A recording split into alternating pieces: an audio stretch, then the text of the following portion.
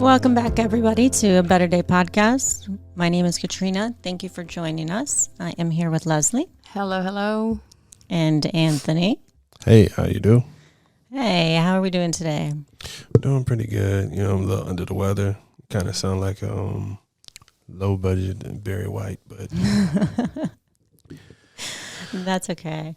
So today we are talking about, we're going to talk about faith and healing and the connection between, I really want to dive into the connection between mental health and faith and God, and talk about maybe some topics that are, or subjects that are close to our heart where, you know, our faith really got us through. You know, healing comes in many forms, whether it's through, faith, the Bible, God, whatever relationship that you have. And Anthony, I know that you have a relationship with God, correct? yes, indeed. You do. Do you have a story that, you know, a personal story that you can tell us that share with us about healing through your faith, where God kind of stepped in? Yes, I actually do. It reminds me, the first story that comes to mind is, I have many, but the first one that comes to mind is when I was living in Orlando. And I was going through a particularly tough time. Obviously it was through my own doing, because I was really, really unhappy with my job, part-time job, because the whole time I was living in Orlando, never had a full-time job. It was only part-time. So, I was unhappy with the job, so I had left to try to pursue doing photography full-time. And sorry, the whole time I had been very unhappy with my job, and I decided I'm going to do this because I was doing like working every day with, you know, people I knew, some roommates, like neighbors, I would say, who do music and stuff, and just trying to get into the creative field to be able to sustain myself. And I was thinking, well, the only way I can really be successful is if I commit, right? Right. And it didn't work out. But yeah, I had I had entered eviction because I was living on my own. It was the 4-4, so I had like my lease and stuff like that. And it was like the worst. I would say it's the worst year of my life, but this was before I found out the rest of the bad news that came throughout the rest of the year. But this great miracle was, I was in eviction. I was in my room by myself, and I just prayed and wept because I was looking at the letter. I was like, I never dealt with this before. And I'm like, it's me. I'm probably going to be homeless on my own, or maybe I have to go to my mom's house. And it was basically, I was 1 month behind. And they sent the letter on my door saying, hey, you got a few days till you got to give it up or get out. And so I'm like, I don't even know what I'm going to do. And so I prayed and I wept. And prayed and wept. And the next day, a friend of mine was like, here, I just want to get this to you. And there was enough money to cover the past due balance and next month's rent. Wow. And I was like, wow, that's, and that kind of, like, I always have faith. I grew up in church, but that kind of showed like, okay, you need to take God more seriously. Is there got to be more to it than that? But also that helps to know it's like, if he's powerful enough to do that, there's nothing that he can't do. Right. Right. Wow. That's a powerful story. That reminds me of when I first moved here to Florida 15 years ago. I got an apartment and I could not keep my job. That was back when I was doing drugs and alcohol. Right. And they evicted me, kept my stuff, and I remember I was in my car and I shared that my struggle with someone that I didn't know. Really, I was like second or third person I ever met here. He ended up giving me the money so I could go back into the apartment, and I was able to get a job and finish my lease. And, you know, he was my best friend till the day he died. And that put, you know, I was very close with God then and praying, and that also put faith back in humanity for me. Right. Yeah. God led me to a whole different, you know, not just my faith, but the faith in people. Trust. Yeah, you'll definitely see like, and you'll meet people who are like, I think, to be honest with you, this is a whole nother topic. I think I've met angels before. I'm keeping it. Yeah, it's just, it's hard to explain, but you know, you meet people on the street sometimes, and you'll have like, let's say somebody who will be like, hey, I need to ride down the street, and it's terrifying because you're like, this person could be trying to rob me, man. Like they might never see me again, Right? But it's just something was different about the guy. I'm like, or he said it would say he needs like something, and I was like, I could just take you down the street, it's no problem. And so I was talking to him the whole time, and it's just, I'm like, yeah, there's something spiritually up with this person. Don't know quite what it is, Really, but yeah. And then you drop him off, you never see him again. That probably was an angel. You never know. But I think there's been times like, you know, that I've done that. God uses people. Yeah, He uses people. I think, like I always say, you have to let go to let in. yeah. And that's super important. Let go, let God. Yeah, let go, let God. yeah, That surrender. too. Surrender. During before the pandemic, I was working for the casino business, and I was doing very good. And sometimes, you know, you're young, you're in a good position, and you let those material stuff and the world get you head a little bit big. And then sometimes, you know, you think that you're powerful, and then you kind of detach. This is what happened to me, and I kind of detached from God. But then later, things happen in life, and you get to get humble again. And I think I can relate with a lot of people that perhaps during this time are going through that, because I know the government is eliminating a lot of positions with, you know, governmental facilities. They're being shut down.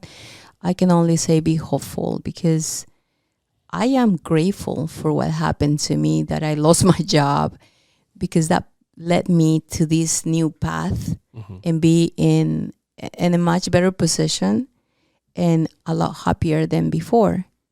And like you say, you know, you learn to see who those angels are, and you become an angel. And sometimes, you know, when you do a deed and you do good deed, don't expect that back from that person, because maybe God put other people in your path to bless you.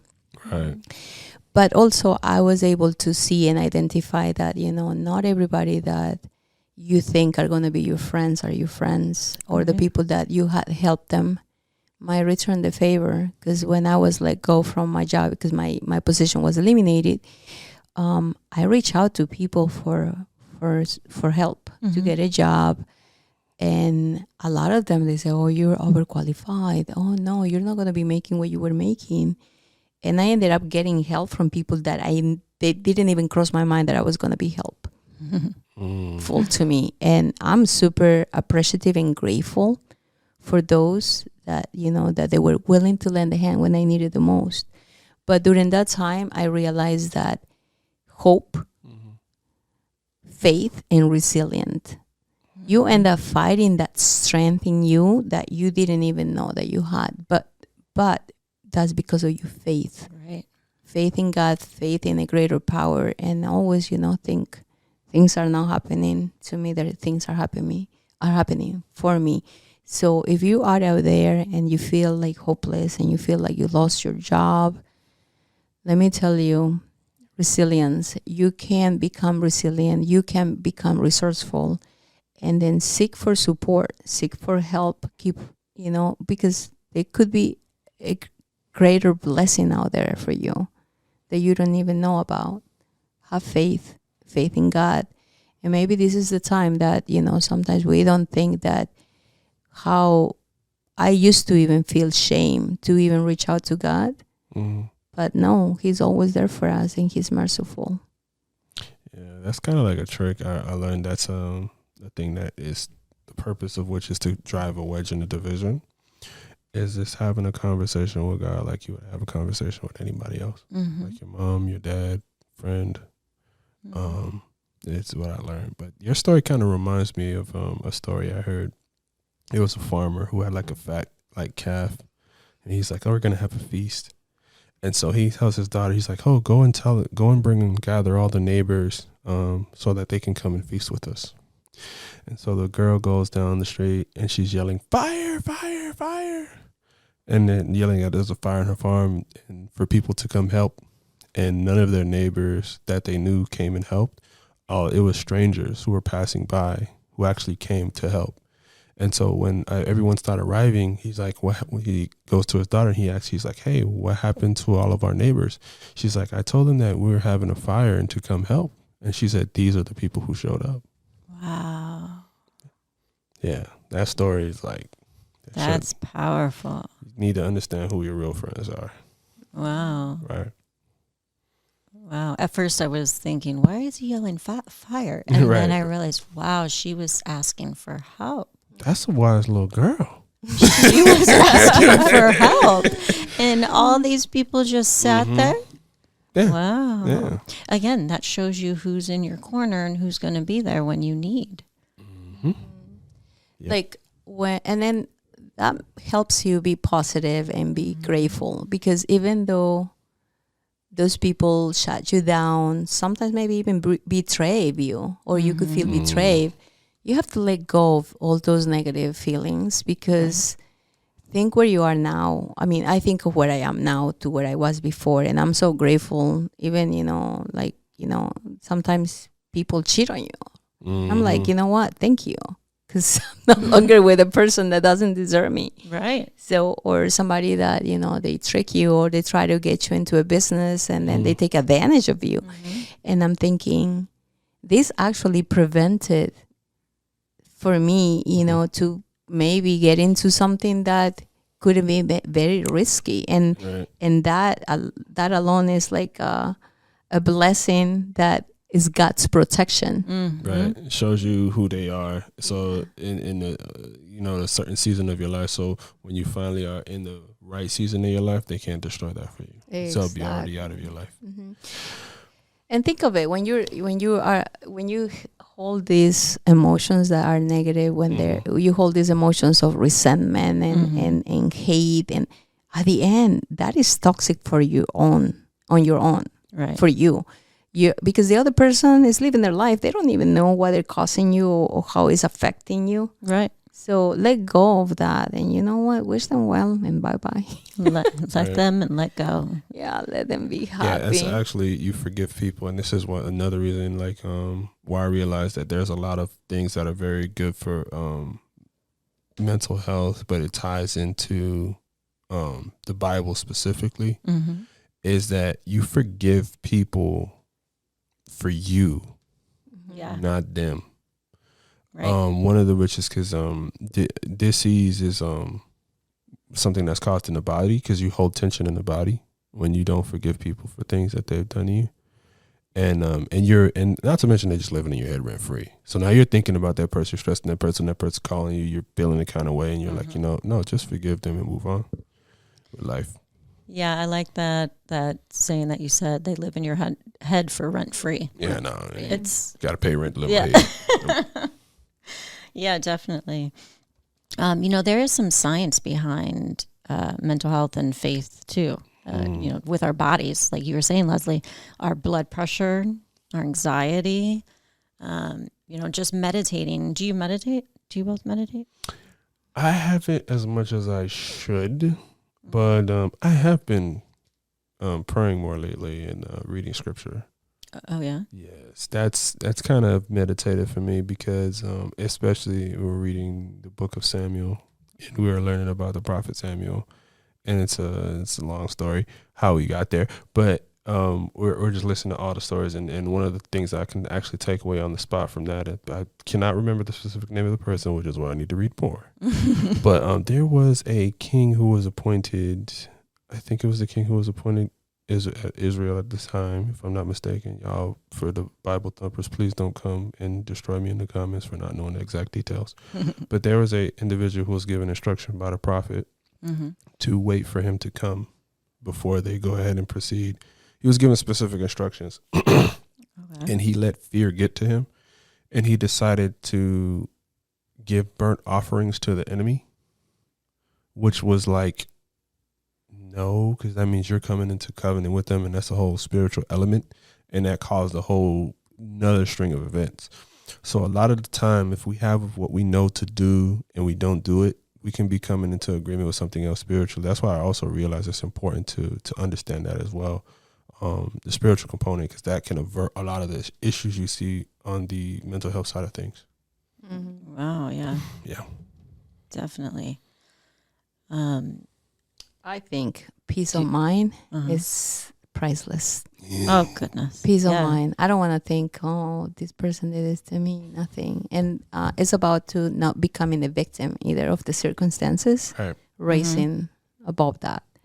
Yeah, rising above, Mm-hmm. having agency so you can have the power Why are you to going to affect allow change. somebody to get you bitter? Or you know what I always say is that if you allowed somebody to get you mad, angry, you're allowing that person to control your emotions, and you become a puppet. So, Nobody's my puppeteer. Yeah. I am my own puppeteer. In the case, I let God to be my puppeteer. Right. That's it. And even Yeah. then, God's not a puppeteer in the fact where he's controlling you. He's not even controlling you maliciously. He's like, he's like, hey, I want you to love me, but I want you to choose me. He's like, I want you, but I want you to want me. I want you to. Yeah. Right. So there couldn't be nothing more healthier when you realize, like, and understand, like, manipulation would be like, no, I want to trick you into wanting me. I don't want you to have a choice. So when you kind of boil it down to like those two understandings, you're like realizing I can really understand what's good and what's evil. Right. And once again, we respect everybody's beliefs, religion. I mean, a lot of people are very spiritual. I have friends that they don't believe on God, or they're not Christian, but they do believe in the power of nature and the respect that there's something greater in the universe that, and that gives them hope, and that helps them overcome a lot of obstacles. And we respect that. We're just sharing our own experiences here. Yeah, of course. I mean, faith can create that sense of hope and purpose Belonging to and belonging. community. Yeah. And community, which is really important. And Speaking of community, some things, how we can, I guess, actively incorporate faith into our everyday healing process. I would think, for me, it's daily prayer. For me, it's more than one, but it's daily prayer, whether it's through scripture or meditation or affirmations, just taking that time to reflect brings me clarity and brings me peace and keeps me looking inward, right, and looking towards God. Yeah. Let me tell you something too. A lot of times, I start a new project. Which day? Well, I like to work a lot. I like to learn a lot of things. Yeah, me too. And then sometimes, and I pray to God for guidance, for, wisdom. And let me tell you, sometimes I was like, man, I don't even know how in the world I accomplished this. But deep down, I do know why and how. Because I pray and I trust that God will give me the wisdom and the intelligence to be able to achieve the goals that I set to myself. And I'm super grateful for that. But more importantly is, I think, good health. And when we're talking about good health, mental health is part of it. Our mind tend to focus more on the negative than the positive. But it's our choice to be able to be mindful and to be able to choose. Because we can choose if we're going to focus on the negative, or we're going to fight that and, focus on the positive. Right. Your mind is very, very powerful. And, Anthony was talking about sneaking in, to different ways. If, a negative spirit or devil or demon or whatever you want to call it, can't get to me one way. It's going to try to get to me another. And it's known and it's taught that your mind is a very powerful weapon. And that is the number one spot that he is going to try to get to. You can't read your thoughts, though. You have to be very careful what you speak and what you think also, because I do believe that there are entities around us that they've been around since you're born. And sometimes they know you even better than you know yourself. And they know how vulnerable you are to certain things. And they know how to get you. And the only protection that you have is prayer. Yeah. And you are not your thoughts. You are not your thoughts. Yep, That is that's a actually good one. something I've studied through in scripture. Mhm. You are not your thoughts. And the devil will come in to try to get your thoughts. You're not your thoughts. You're not your car. You're not your job. You're not the house you Correct. live in. You're not the social circle. Well, You're not your even social this circle body is that right. you have. Right. This body is your temple. Yeah. And what you are is the essence, your energy. So And for all of that, Mhm. knowing that and having faith in that brings me peace. Right. So and you know the beautiful part is if you understand if you understand the motive behind some things, like for some things that might be happening in your life, like they might be spiritual patterns. I don't know if I think we talked off the podcast about like altars and stuff, and that's a whole nother thing, a whole nother area, but patterns in people's life, things that have taken place since before you were born, Right. that were set and put in place prior to you. Mm-hmm. Kind of akin to being sold into spiritual slavery, but probably by your ancestors or by your own actions that you're unaware of. Those things can happen as well too. And if you don't understand what has you in bondage mentally, then you're not going to get free. Right. And in the past podcast, if you our audience would like to learn more about like generational trauma, people talks about generational curses and all that. You if you know, you're more than welcome to listen to our previous podcast that we discuss about generational, trauma and how we can break that cycle. And another thing that is super important is that faith doesn't replace the professional mental health care. It does not. So it is very powerful complement to, therapy and self-care and professional support. So we're sharing our experiences, we're sharing our beliefs, and we are opening up to our audience because honestly, there are topics that are very private to me, and I'm speaking for myself right now, that I don't really share or open up with everybody, but I decided to share it with you guys today and with the audience because, this might help somebody. Yeah, in the interest that it helps somebody, and that becomes your testimony, actually, which I actually, oddly enough, now see the point of, because when I was younger, I'm not gonna be honest. I'm gonna be honest, but I'm not gonna lie.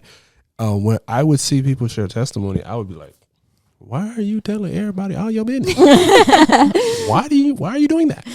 And now I kind of understand the importance. So, okay, if you're able to help show somebody how to overcome something, and now they don't have to deal with that ever again because there's a way through, because you showed a way through, or you showed that what great works was able to be done in your life through God. Then it just shows wonderful. It empowers people and gives them the faith that. And I use faith specifically because I think faith and hope are two different things, but that's a whole nother story. But it gives you the faith that it can happen for you. So I really understand the importance of that now.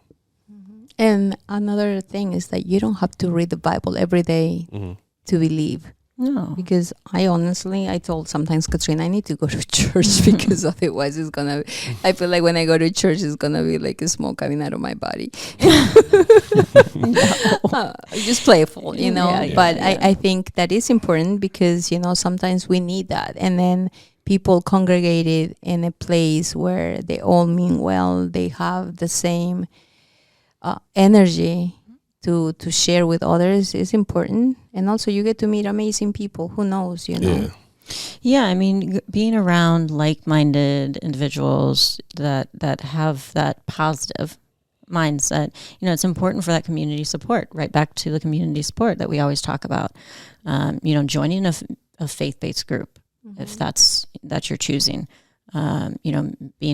becoming involved in your church or the community. For me, it's not just one church that I'm involved in; it's two, and for two different reasons.